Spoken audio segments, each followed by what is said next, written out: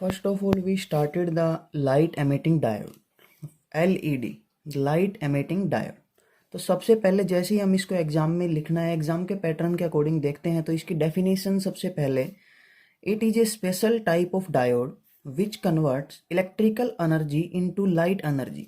LED एक ऐसा type का डायोड है जो हम घरों में यूजुअली यूज़ करते हैं, इलेक्ट्रिकल एनर्जी को लाइट एनर्जी में कन्वर्ट करके हमें देता है। तो एलईडी एक ऐसी इलेक्ट्रॉनिक डिवाइस हो गई हमारे पास जो इलेक्ट्रिकल एनर्जी हमारे पास आती है उसको लाइट एनर्जी में जो कन्वर्ट करके देता है, उसी को मैं क्या कहता हूँ, LED, light emitting diode. Then उसके बाद हम उसका सिंबल की चर्चा अगर करते हैं तो एलईडी का सिंबल सिंपली एक पीएन जंक्शन डायोड होता है और जिसके अंदर से लाइट एमिट होती हुई दिखाई देती है। ये आपको यहाँ पे दिखाई दे रहा है, लाइट एमिट हो रही है यहाँ से। तो लाइट और photons is emitted in case of LED and the reason for spherical shape. जैसे कि हमने ये सर्किट के ऊपर एक स्फेरिकल शेप बना रखी है, इसको हम ट्रायंगल भी बना सकते थे, रेक्टेंगल भी बना सकते थे, अपने अकॉर्डिंग कुछ भी सिंबल बना सकते थे, लेकिन हमने स्फेरिकली क्यों चूज किया?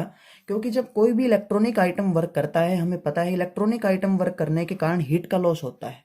तो जो हीट के लॉस को अब्जॉर्व करने के लिए स्फेरिकल जो शेप होती है वो सबसे ज़्यादा सरफेस एरिया प्रोवाइड करती है, क्योंकि हमें पता है सरफेस का स्फेयर एरिया होता है 4πr²। तो स्फेरिकल एरिया सबसे ज़्यादा हीट प्रोवाइड के लिए एरिया प्रोवाइड करता है स्फेरिकल स्फेयर। अब इसकी बात करते हैं कंस्ट्रक्शन की, कैसे इसको बनाया जाता है, कैसे इसको कंस्ट्रक्ट किया जाता है। तो सबसे पहले हमें इसके कंस्ट्रक्शन को देखने के लिए पीएन जंक्शन डायोड के बारे में पता होना चाहिए।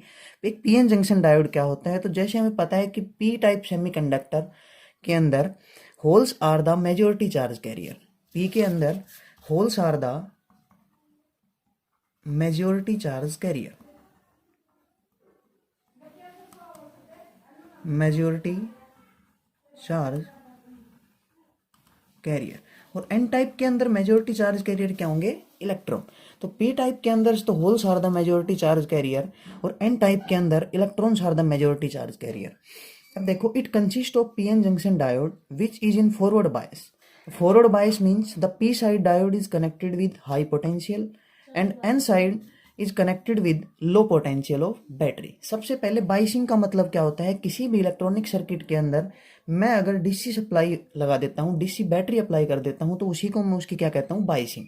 अब देखो, मैंने एलईडी को फॉरवर्ड बाइस ही क्यों किया? मैं इसको रिवर्स बाइस भी कर सकता था। तो इसका reason for forward biasing, here we use forward biasing PN junction diode because the combination of electron and holes take place only in case of forward biasing। इसके अंदर फॉरवर्ड बाइसिंग करने का रीजन ये है कि हमें इलेक्ट्रॉन्स और holes को कम्बिनेशन करवाना है। जैसे ही मैंने यहाँ पे पॉजिटिव पोटेंशियल या फिर हाई पोटेंशियल अप्लाई किया और यहाँ पे नेगेटिव पोटेंशियल अप्लाई किया, तो इलेक्ट्रॉन्स एंड होल्स, सबसे पहले तो डिप्लीशन लेयर का साइज इसके केस में कम हो जाता है। फॉरवर्ड बाइसिंग के केस में, फॉरवर्ड बाइसिंग के केस में डिप्लीशन लेयर का साइज, इसकी वर्किंग के अंदर हम समझते हैं इसको अच्छे से। तो सबसे पहले इसकी working is explain in 2 cases. मैंने वर्किंग को 2 केसेस में बना रखा है जब मैंने एलईडी को कोई भी बाइसिंग अप्लाई नहीं की थी। जब सबसे पहले तो एलईडी के ऊपर जब मैं कोई भी बाइसिंग नहीं लगाता हूं तो कोई करंट फ्लो नहीं करेगा, कोई भी लाइट एनर्जी में ये कन्वर्ट करके नहीं देगा। तो हमें सबसे पहले पता है कि कंडक्शन बैंड और वैलेंस बैंड 2 टाइप्स के बैंड होते हैं। तो कंडक्शन बैंड के अंदर तो फ्री इलेक्ट्रॉन्स आर प्रेजेंट, जो भी हमारे पास कंडक्शन बैंड होता है उसके अंदर फ्री इलेक्ट्रॉन्स प्रेजेंट होते हैं, और जो वैलेंस बैंड होता है उसके अंदर bound electrons are present. Valence electron में अंदर बाउंड इलेक्ट्रॉन्स होते हैं, जो इलेक्ट्रॉन्स होते हैं वो बाउंड होते हैं, मूव करने के लिए फ्री नहीं होते। तो अब पी टाइप और एन टाइप के बारे में मैंने आपको पहले ही बता दिया है कि पी टाइप के अंदर holes are the majority charge carrier और एन टाइप के अंदर electrons are the majority charge carrier. तो कंडक्शन बैंड और वैलेंस बैंड, वैलेंस बैंड में से अब होल्स किस में प्रेजेंट मिलेंगे? वैलेंस बैंड में। होल्स किस में प्रेजेंट मिलेंगे? वैलेंस बैंड में। और इलेक्ट्रॉन्स किस में ज़्यादा प्रेजेंट मिलेंगे? कंडक्शन बैंड में, जो मैंने यहाँ पे दिखा रखा है। डिप्लीशन लेयर का साइज, जब मैंने कोई भी बाइसिंग नहीं लगाई थी तो डिप्लीशन लेयर का साइज यहाँ पे सबसे ज़्यादा होता है। इसके कारण जो इलेक्ट्रॉन्स हैं वो एन साइड से पी साइड की डायरेक्शन में जा नहीं सकते और इलेक्ट्रॉन्स और होल पेयर कंबाइन हो नहीं सकते। जो डिप्लीशन लेयर के अंदर होता है, डिप्लीशन लेयर की एक छोटी सी डेफिनेशन मैं आपको बताना चाहूँ। डिप्लीशन लेयर वो लेयर होती है जिसके अंदर ऐसे इमोबाइल साइंस होते हैं जो फर्दर मूव नहीं कर सकते, उनके पास इतनी एनर्जी नहीं होती कि वो फर्दर मूव कर सकें। जैसे ही मैं उनके ऊपर कोई पोटेंशियल अप्लाई करता हूं तो पोटेंशियल लगाने के कारण जो डिप्लीशन लेयर के अंदर जो इमोबाइल साइंस होते हैं वो फर्दर मूव करने लग जाते हैं, जो फर्दर मूव करने लग जाते हैं इन मोबाइल साइंस, जैसे ही मैं कोई पोटेंशियल अप्लाई करता हूँ। तो मैंने यहाँ पे लिख भी रखा है already, in P type semiconductors holes are the majority charge carrier, in N type semiconductors electrons are the majority charge carrier. अब देखो, when there is no biasing, जब मैंने कोई भी बाइसिंग इसके ऊपर नहीं लगाई है, then no electron hole pair combination take place. जब मैं बाइसिंग नहीं करूंगा तो कोई भी इलेक्ट्रॉन और होल पेयर आपस में कंबाइन नहीं होंगे और कोई भी फोटोन एमिट नहीं होगा और हमें लाइट एनर्जी नहीं मिलेगी। अब केस सेकंड की अगर मैं बात करता हूं, इन केस ऑफ फॉरवर्ड बाइसिंग, जब मैंने पूरे सर्किट को फॉरवर्ड बाइसिंग कर दिया। फॉरवर्ड बाइसिंग का मतलब क्या होता है? In case of forward biasing the size of depletion layer is decrease. Size of depletion layer decrease हो जाएगा। क्यों हो जाएगा? Due to biasing of electron, due to biasing and the electrons from, जो इलेक्ट्रॉन्स हैं वो एन साइड्स के n side move towards the p side. The electrons move towards the p side and electron hole pair combination take place. अब देखो, forward biasing के case में क्या करते हैं, मैं p टाइप सेमीकंडक्टर को कनेक्ट कर देता हूं हाई पोटेंशियल से, और जो n टाइप सेमीकंडक्टर है उसको मैं कनेक्ट कर देता हूं लो पोटेंशियल से।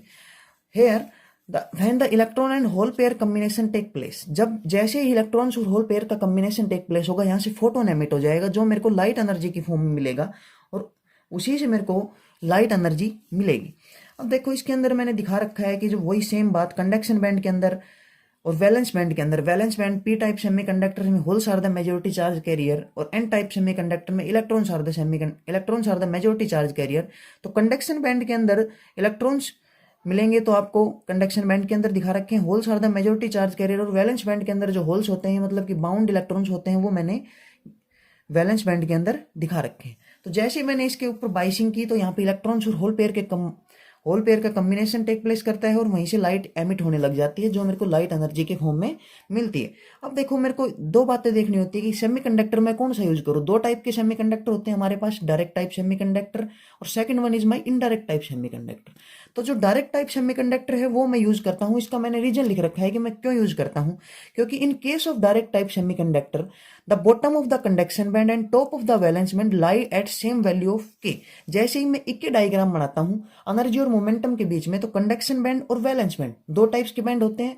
तो जो के की वैल्यू है वो सेम वैल्यू पे लाई करता है, मतलब कि इस टाइम इसका मोमेंटम है जो इक्वल हो जाता है वो, और इसके कारण हमें ओनली फोटोन एमिट होते हैं। In this case only photon emission take place. Only photons अगर एमिट होते हैं तो डायरेक्ट टाइप सेमीकंडक्टर, और मेरे को ओनली फोटॉन्स ही चाहिए क्योंकि अगर मैं यहाँ पे इनडायरेक्ट टाइप सेमीकंडक्टर यूज कर सकता हूँ।